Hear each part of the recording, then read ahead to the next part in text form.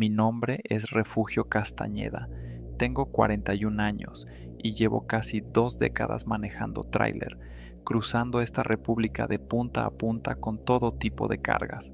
Nunca había querido compartir nada de lo que me ha tocado ver en la carretera, la verdad, porque uno como camionero se guarda muchas cosas para no espantar a la familia. Pero lo que viví hace unas semanas en la ruta de Morelia a Zacatecas no lo puedo seguir cargando solo. Se los cuento tal cual pasó para que ustedes lo juzguen. Esa noche salí de Morelia pasadas las 11. Tenía que entregar la carga en Zacatecas a las 7 de la mañana, sin falta, y el camino ya me lo sabía de memoria. Casi 6 horas de curvas, de sierra y de silencio. No sabía que esa noche el silencio me iba a costar más caro que nunca. Pasada la 1 de la madrugada, en un tramo recto donde la carretera se abre entre dos cerros oscuros, la vi. Apareció de la nada, una mujer de espaldas caminando por en medio del carril como si llevara ahí toda la vida, como si el asfalto fuera suyo. No había curva, no había cruce, no había nada que explicara su presencia. Un segundo antes el camino estaba vacío, al siguiente ella ya estaba ahí, a escasos metros de mi cofre. No tuve tiempo de nada. Pisé el freno en seco, pero el tráiler, con todo su peso y su inercia, no perdona.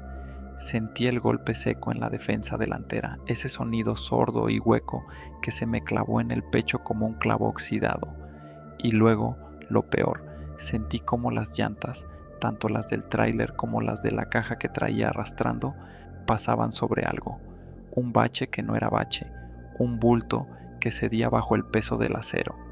El tráiler se detuvo casi 100 metros más adelante, entre chirridos de frenos y mi corazón latiendo tan fuerte que me dolían las sienes. Me bajé temblando. Las manos no me respondían bien para abrir la puerta. Revisé el frente del camión. Nada. Ni sangre, ni tela, ni un solo rastro. Me agaché con la respiración cortada y revisé por debajo de las llantas delanteras. Luego caminé hasta la caja y revisé entre los ejes traseros, con la linterna del celular temblándome en la mano.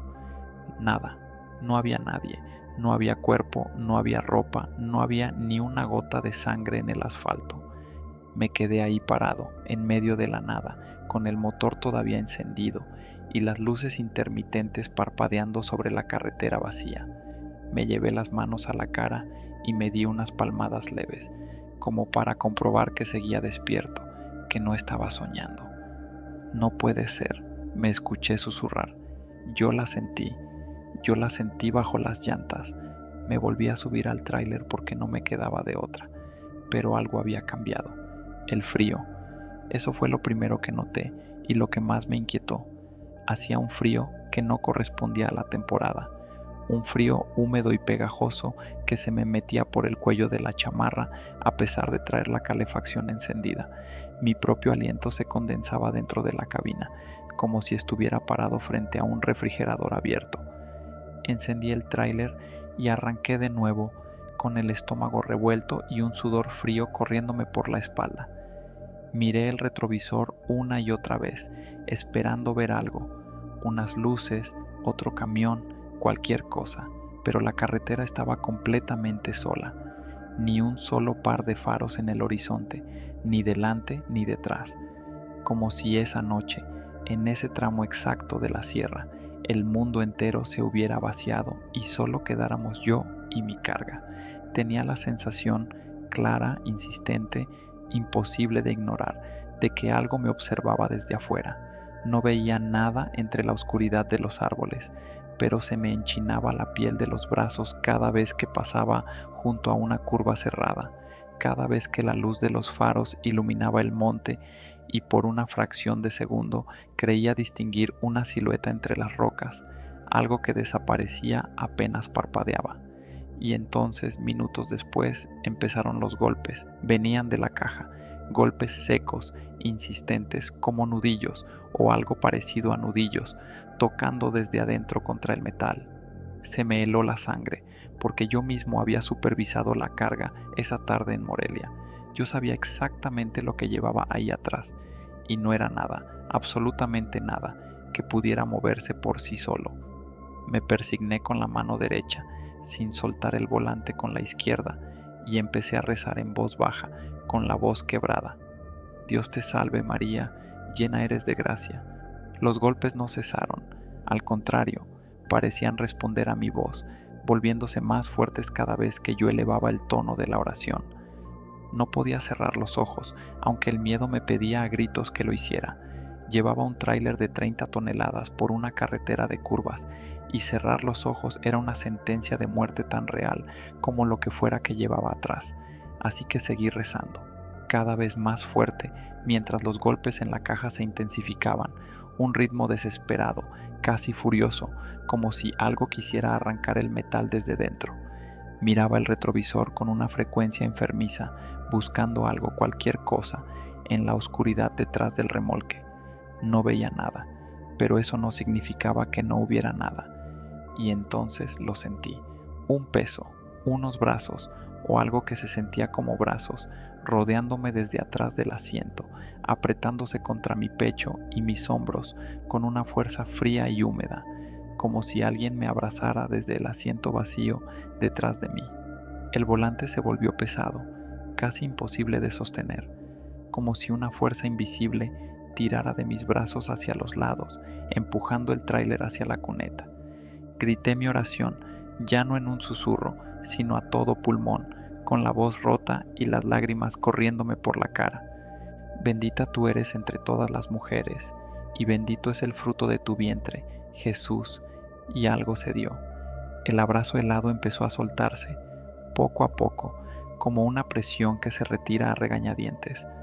Los golpes en la caja bajaron de intensidad, hasta convertirse en un silencio pesado, cargado, como si aquello que fuera se hubiera replegado a un rincón oscuro de la carga, esperando. Seguí rezando, sin atreverme a soltar el volante, sin atreverme a creer todavía que estaba a salvo. Fue entonces cuando el radio del tráiler crepitó. Refugio, ¿me copias? Cambio.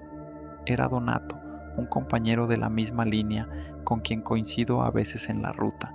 Tardé un segundo en reaccionar, con la garganta todavía cerrada por el miedo. Copio, Donato, adelante, logré decir, con la voz temblorosa. Oye, nomás para avisarte, hubo un accidente más adelante, en la entrada a Zacatecas. Está bloqueada toda la carretera, parece que va para largo. Bájale a tu velocidad, para que te dé tiempo de reaccionar cuando llegues y prepárate para esperar. No hay paso todavía. Miré hacia el horizonte oscuro, hacia el tramo de carretera que todavía me faltaba por recorrer, y sentí que el frío que traía en el pecho no tenía nada que ver con la temperatura de la noche. Copiado, Donato, dije por fin. Voy a reducir. Colgué el radio y miré de reojo el espejo que daba hacia la caja, preguntándome, con un nudo en el estómago, qué era exactamente lo que me iba a encontrar cuando por fin tuviera que detenerme por completo. Bajé la velocidad, tal como me había dicho Donato, y seguí avanzando por la sierra, con el corazón todavía golpeándome las costillas, pero según pasaban los minutos, algo empezó a ceder también en el ambiente de la cabina. La temperatura fue lo primero que noté. Poco a poco, casi sin darme cuenta al principio, el frío húmedo que se me había pegado al cuerpo desde hacía rato empezó a retirarse hasta que la cabina volvió a sentirse tibia, normal, como cualquier otra madrugada de trabajo. El sudor frío que traía en la espalda se secó solo y mi respiración, que había estado entrecortada durante todo ese tramo, empezó a acompasarse de nuevo. Los golpes en la caja no volvieron. El silencio que quedó ya no se sentía cargado, ya no se sentía como una amenaza esperando el momento de saltar. Era, por primera vez en horas, un silencio normal, el silencio aburrido y bienvenido de cualquier carretera de noche. Y entonces, a lo lejos, empecé a distinguir puntos de luz, primero uno, luego otro, luego una fila entera de faros, parpadeando del otro lado de la carretera. Carros, trailers, camionetas, todos formados por el accidente que me había avisado Donato. El mundo, ese mundo normal del que yo llevaba horas desaparecido, había vuelto a aparecer frente a mí, como si hubiera cruzado de regreso desde algún lugar que no tiene nombre. No puedo explicar bien la sensación, pero fue como salir de un cuarto sellado del que uno ni siquiera sabía que estaba encerrado. Solté un poco el aire que sentía que llevaba horas conteniendo, y por primera vez desde que vi a esa mujer aparecer de la nada, sentí que el peligro, fuera lo que fuera, había quedado atrás.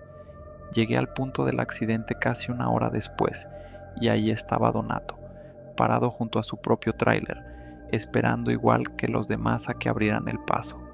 En cuanto me vio bajar, me preguntó qué me había pasado, porque según él, dijo, traía yo una cara como si hubiera visto al mismísimo diablo. Le conté todo, ahí mismo, a media carretera, con la voz todavía temblándome un poco.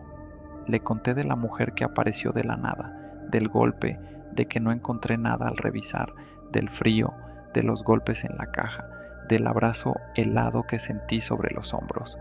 Donato se quedó callado un rato y luego me dijo algo que se me quedó grabado, que en ese tramo, entre Morelia y Zacatecas, varios compañeros ya habían contado historias parecidas, de mujeres que aparecen en la carretera a esas horas y luego desaparecen sin dejar rastro, que lo mejor que podía hacer era revisar la caja en cuanto pudiera, para quedarme tranquilo.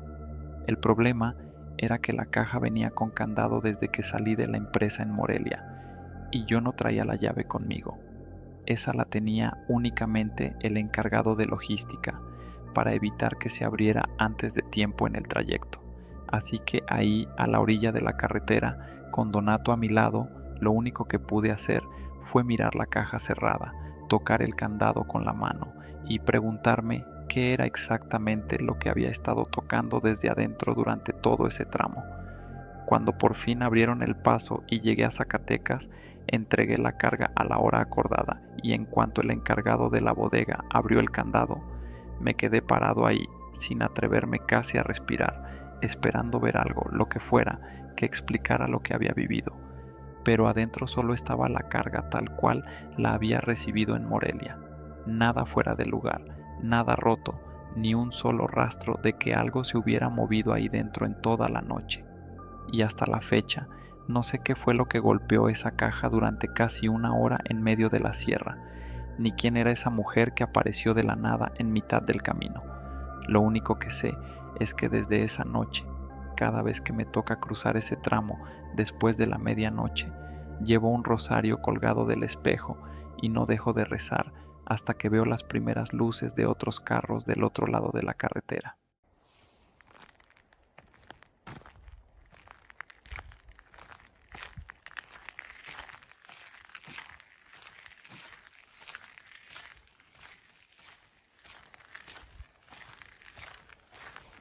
Buenas noches a todos los que siguen este canal.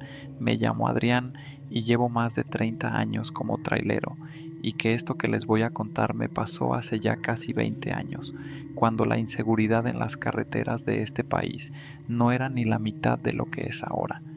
Nunca lo había platicado con nadie, ni siquiera con mi esposa, porque de solo recordarlo se me enchina la piel, pero ya es hora de sacarlo. Esa noche del 13 de julio del 2007 salí de Guadalajara con una carga de grano de maíz rumbo a la Ciudad de México. El tráiler que yo traía en ese tiempo no era gran cosa, un modelo ya viejo, y con el peso de la carga no podía exigirle mucha velocidad sin arriesgarme a que me fallara algo a medio camino. Así que iba despacio, tranquilo, con el radio a bajo volumen y la carretera casi vacía, como siempre se pone después de la medianoche. Pasé una de las casetas de cobro un poco después de las 3 de la mañana y calculo que como una hora más adelante fue cuando los vi. Eran dos personas, un hombre y una mujer, caminando por la orilla de la carretera. Todo estaba oscuro, no había ni un poste de luz en ese tramo, pero alcancé a distinguir sus siluetas gracias a mis propios faros. Les toqué el claxon un par de veces, más que nada para avisarles que ahí venía, y los dos voltearon casi al mismo tiempo, haciéndome una seña con la mano para pedirme el aventón. No desconfié. En esos años uno todavía se paraba a ayudar a la gente en la carretera sin pensarlo tanto, y además no se veía a nadie más alrededor, ni un carro, ni una luz, nada. Me detuve, abrí la puerta y los dejé subir. Al saludarlos me di cuenta de que tenían las manos frías, bastante frías para ser honesto, pero pensé que era normal, por haber estado esperando ahí afuera a esas horas. El apretón de manos, eso sí, me pareció un poco más fuerte de lo normal, casi incómodo. Nos presentamos, yo les di mi nombre, ellos me dieron los suyos y les pregunté hacia dónde iban. Resultó que les quedaba de pasada, así que les dije que sin problema los dejaba relativamente cerca de su destino, sobre la misma carretera. Seguimos platicando un rato, cosas normales, el trabajo, lo pesada que estaba la carga, cosas así, y entonces poco a poco todo empezó a cambiar. Como a la media hora de llevarlos, empecé a sentir un frío que no tenía explicación. Encendí la calefacción y aquí viene lo raro, no calentaba. El aire salía, se escuchaba el motor del ventilador funcionando, pero no había ni una pizca de calor. Volteé a verlos y les dije, medio en broma, medio preocupado: oigan, ¿están bien? Creo que mi calefacción no sirve. Y ellos, sin voltear a verme, con la vista clavada al frente, me contestaron que sí, que no había ningún problema. Se me hizo raro que no voltearan, pero seguí manejando, tratando de no darle tanta importancia. Minutos después empezó un olor fuerte, denso, como a algo descompuesto, algo podrido. Me pareció rarísimo porque yo no traía los cristales abajo, las ventanas estaban cerradas. Les volví a preguntar, esta vez más directo, si ellos también lo sentían. No me contestaron nada. Los llamé de nuevo por sus nombres, nada, ni un movimiento, ni una palabra. Los dos seguían con la vista clavada al frente, hacia el parabrisas, como si yo ni siquiera estuviera ahí. Empecé a sentirme incómodo, muy incómodo, con ese frío que no cedía y ese silencio que pesaba más que cualquier grito. Fue entonces cuando, sin que yo se los pidiera ni dijera nada, los dos voltearon a verme al mismo tiempo, con un movimiento de cabeza tan rápido y tan seco que sentí cómo se me enchinaba la piel completa, sobre todo la nuca. El olor se puso todavía más intenso, y ahí sí, se los voy a decir tal cual. Empecé a sentir miedo de verdad. Me di cuenta de algo más, de reojo, sin atreverme a voltear directamente. Los dos se veían cada vez más delgados. No sabría explicarles bien cómo, pero sus cuerpos parecían irse consumiendo, encogiendo dentro de su misma ropa, y ya no apartaban la vista de mí. Yo solo lo notaba por el rabillo del ojo, esa sensación clarísima de que alguien te está viendo fijamente, esperando. No me atrevía ni a mover la palanca de velocidades. Sentía que en cualquier momento uno de ellos iba a estirar la mano y tocarme, y eso, no sé por qué, me daba más miedo que cualquier otra cosa.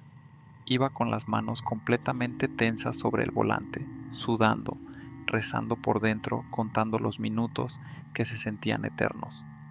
Y para acabarla de amolar, empecé a escuchar un sonido que hasta la fecha se me queda grabado apenas lo recuerdo.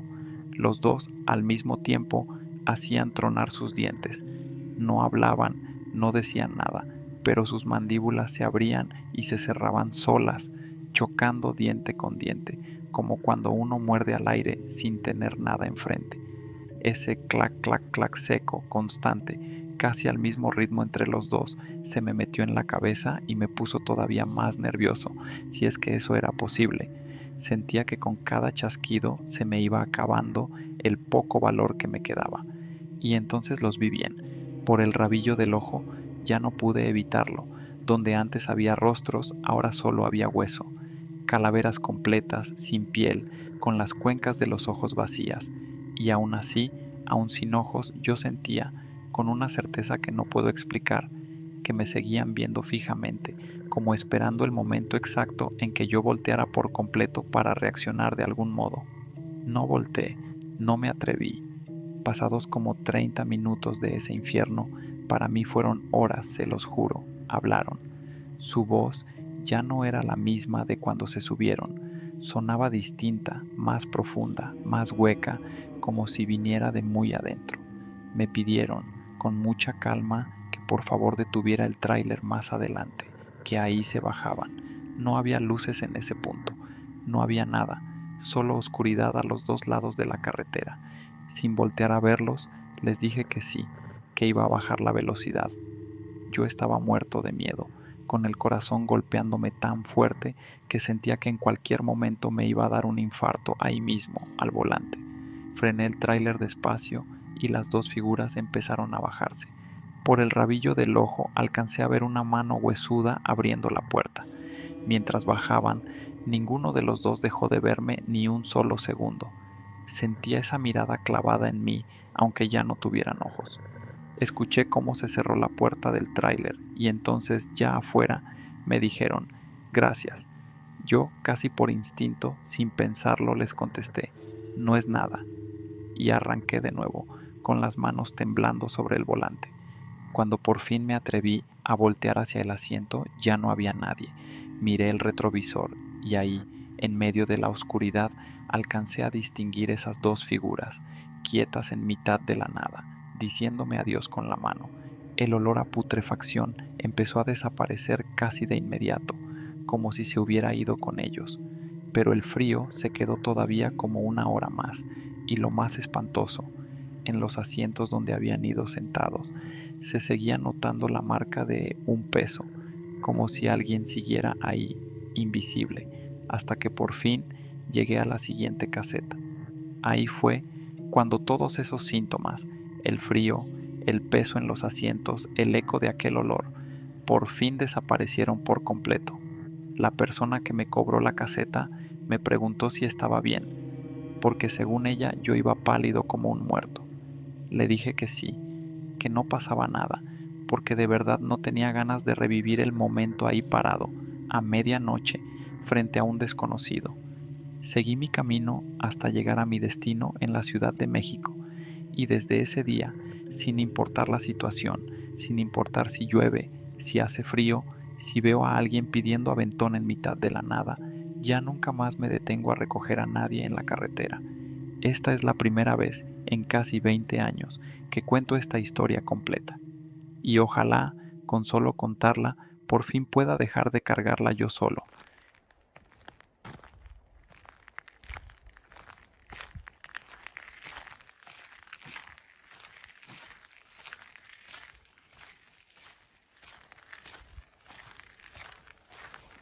Todavía recuerdo el sonido de esa voz rompiendo el silencio, seca, ronca, saliendo de detrás de una máscara sonriente.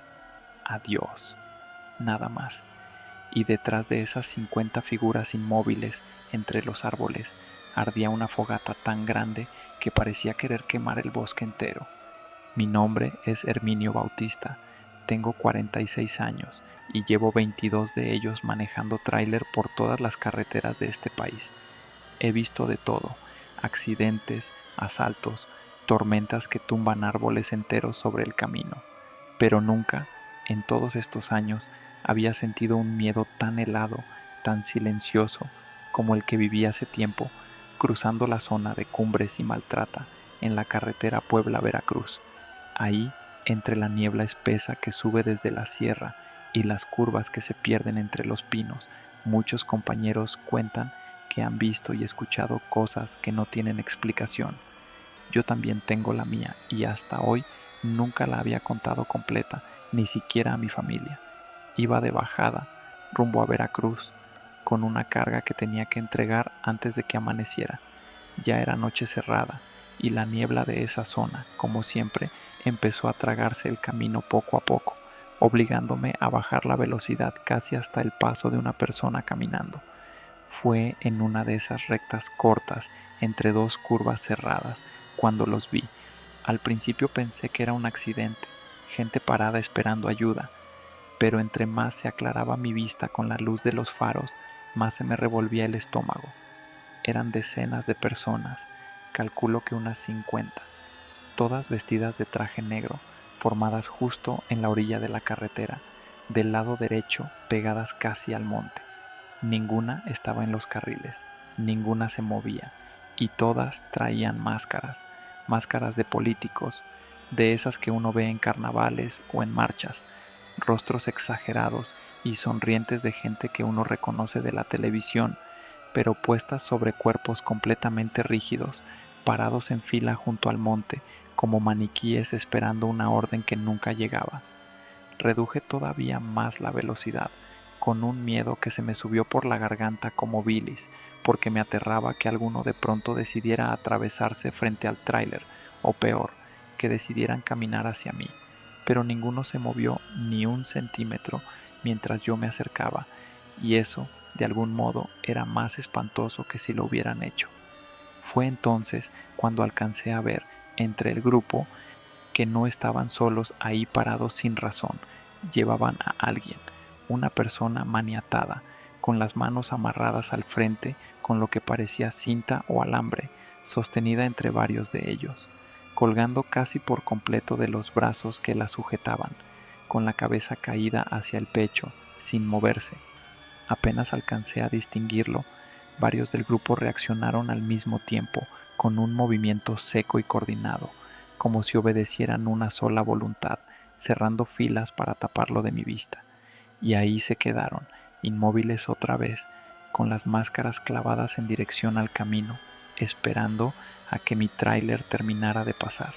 Noté algo más, con el rabillo del ojo, que se me quedó grabado para siempre, manchas oscuras en varios de esos trajes negros, manchas que a la luz de mis faros se veían casi rojas, húmedas todavía, como si apenas se hubieran hecho minutos antes. En algunas máscaras, las de sonrisa más ancha, esas manchas también habían salpicado la barbilla, escurriendo por el cuello de las camisas blancas.